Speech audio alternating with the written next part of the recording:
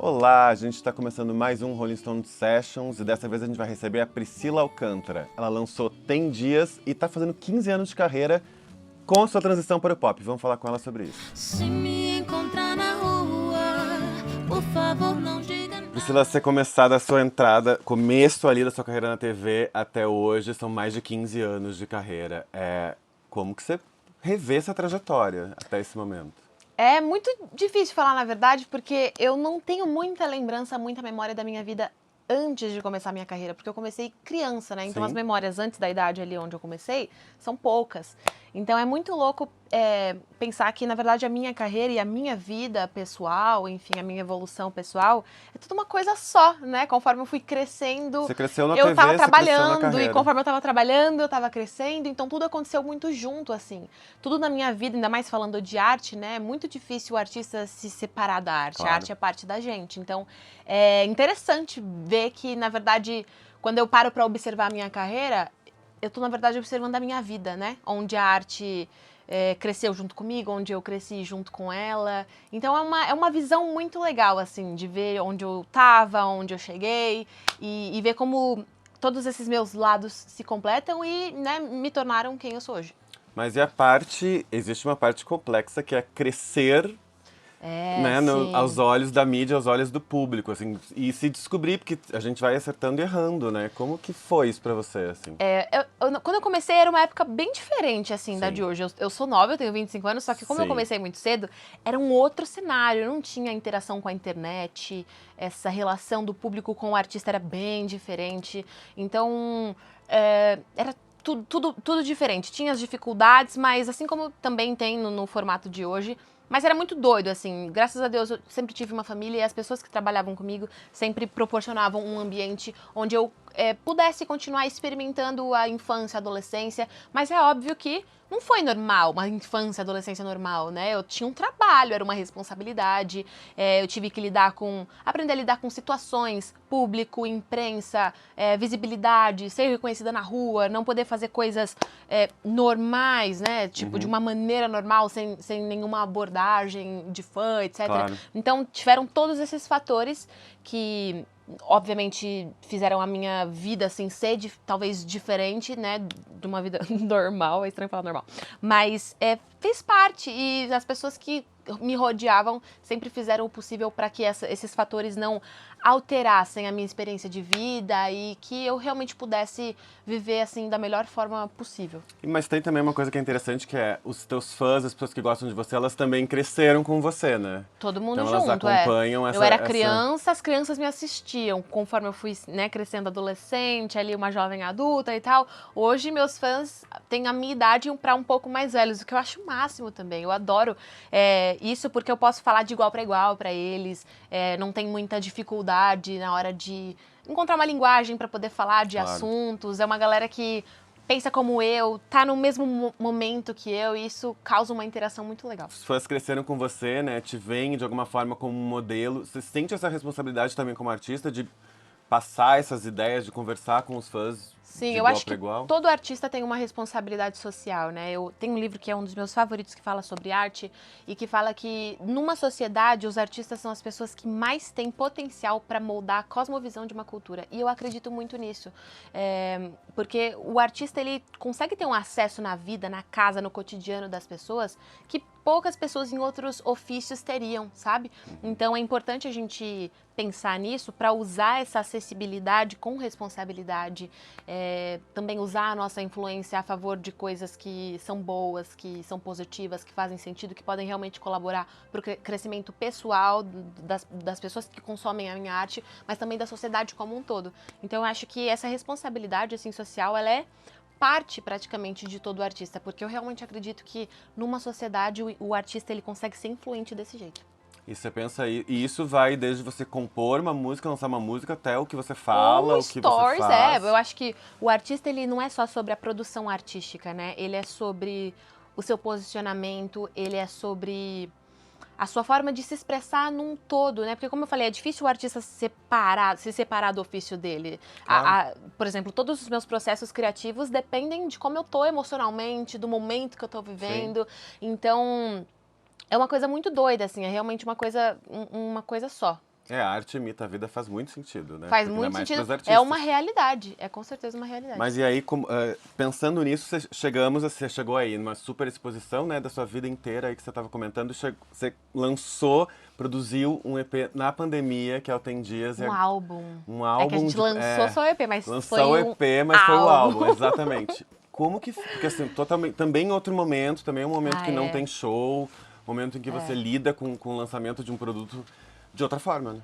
Foi muito doido, assim, desde produzir até lançar, né? A minha motivação em continuar produzindo e lançar foi justamente perceber que tudo já tinha sido tirado da gente. E uma das poucas alegrias que restaram foi justamente a arte, né? Então, se eu pudesse encontrar uma forma para continuar levando entretenimento, esperança através da música, uma mensagem positiva, ou proporcionando um momento de alegria através da arte para as pessoas, eu ia com certeza fazer isso. Então, essa foi a minha motivação em dar o meu melhor para, mesmo que num contexto super caótico, produzir um álbum e lançar músicas, né, para as pessoas. Sim. Então foi muito louco porque eu não podia me deslocar para o estúdio do Lucas, nem ele para minha casa. Claro. Então eu fiz uma gambiarra lá em casa, peguei os equipamentos, aprendi a mexer no que eu não sabia e eu mesma me gravava. Então a produção vocal do meu álbum eu tive a Uau. honra de fazer para mim mesma, prestar esse serviço para mim mesma.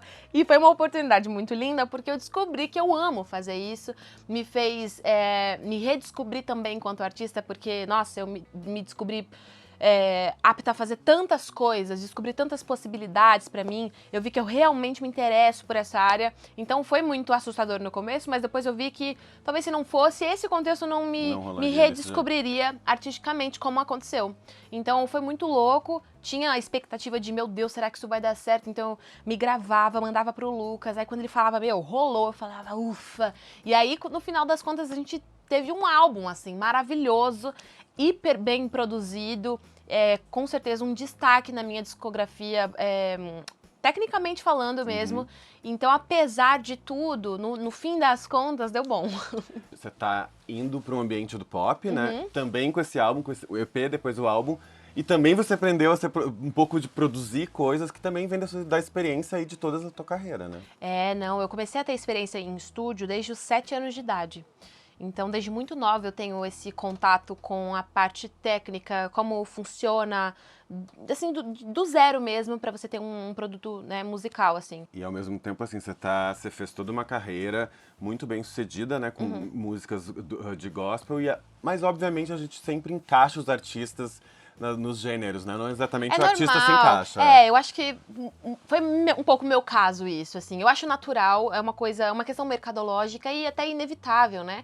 Mas eu acho que o mais importante é que o artista não se deixe limitar pelos rótulos que a vida mesmo acaba colocando ele, ou que o mercado, ou mesmo o público. O que importa realmente é como o artista se vê e como ele enxerga a arte dele. E apesar de eu sempre ter feito parte de um nicho específico, eu nunca me vi nichada, eu nunca me vi limitada. Então, pra mim, a forma como eu produzia e via a arte, e me via a longo prazo enquanto artista, era de uma forma muito livre, apesar de fazer parte de um gênero específico. Então eu sempre me vi e me permiti vivenciar outras possibilidades além daquela que eu tava vivendo ali no gospel. E por isso que eu cheguei até aqui. Decidi que era um momento onde eu tava madura pessoal e artisticamente falando, para poder pisar num outro lugar, estar num outro cenário, testar uma outra possibilidade. Eu realmente me preparei durante todos esses anos para um momento como esse e identifiquei que era a hora. Então, isso é um resultado da forma como eu sempre me enxerguei e enxerguei a minha arte, independente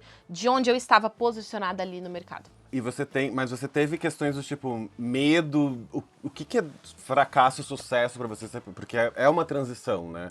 Esse uma disco, transição, ele é sim. bem marcante, né, na tua trajetória. De fato, eu saí do gospel e estou indo pro pop. Mas de uma forma bem marcante. Bem marcante. Eu acho que no Brasil, assim, né, no mercado brasileiro musical, isso é mais uma questão do que em outros lugares. Era comum outros artistas fazerem isso lá fora, né, essas transições. Taylor fez isso. Super. O Justin Bieber agora, por exemplo, lançou um trampo paralelo cristão, gospel, né? Sim. Mas assim, é um desafio, mas a minha questão toda nunca é sobre ser bem-sucedida em números apenas, pra onde eu vou, sabe? É sobre convicção, é sobre aquilo que eu acredito, é sobre princípios, sobre valores, é sobre acreditar em alguma coisa e completando aquela coisa, é aí que eu vou ver que eu tenho sucesso. Eu vou me considerar uma pessoa de sucesso quando eu for plena nas minhas convicções e ver que eu não tô sendo hipócrita ou que eu tô simplesmente deixando de fazer algo que eu sabia que eu tinha que fazer por medo, ou por medo da aceitação das pessoas, ou por querer suprir a expectativa alheia, sabe?